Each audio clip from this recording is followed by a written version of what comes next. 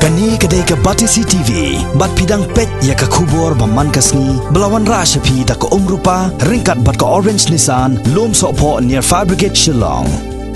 New Nissan Kicks.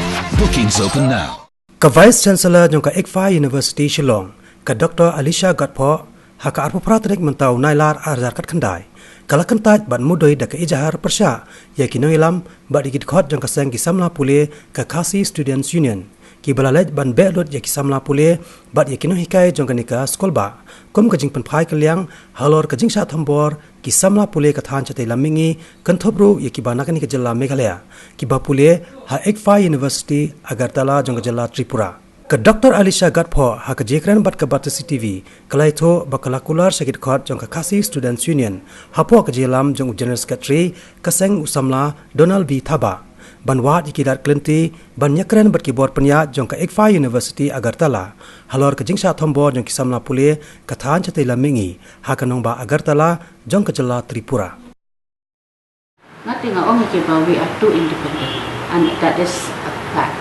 If you look at all the papers also, for Ekfa University Tripura, it's under the Tripura state government.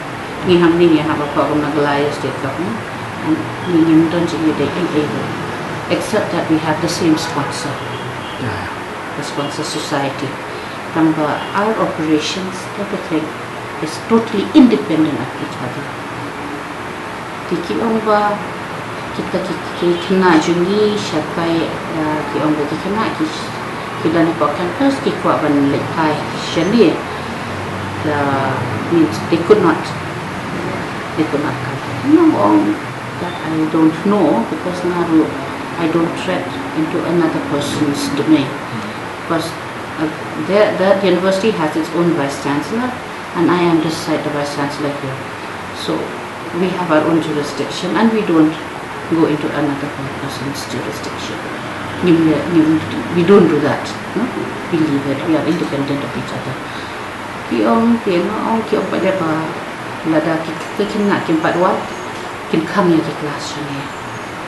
Nothing on my side. I said, why jeopardize the student's career here for an incident in Ekfa Tripura? Kiong no, they kaju a sponsor society, so they also are responsible. So, but don't jeopardize the side. Kiong the society should do something.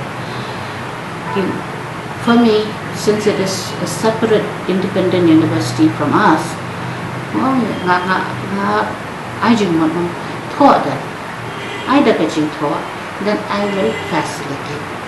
I am ready to do that. For the sake of solving the issue, why not? I am ready to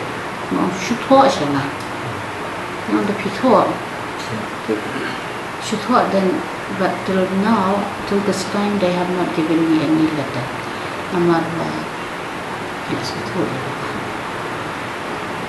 I cannot go into another person's domain.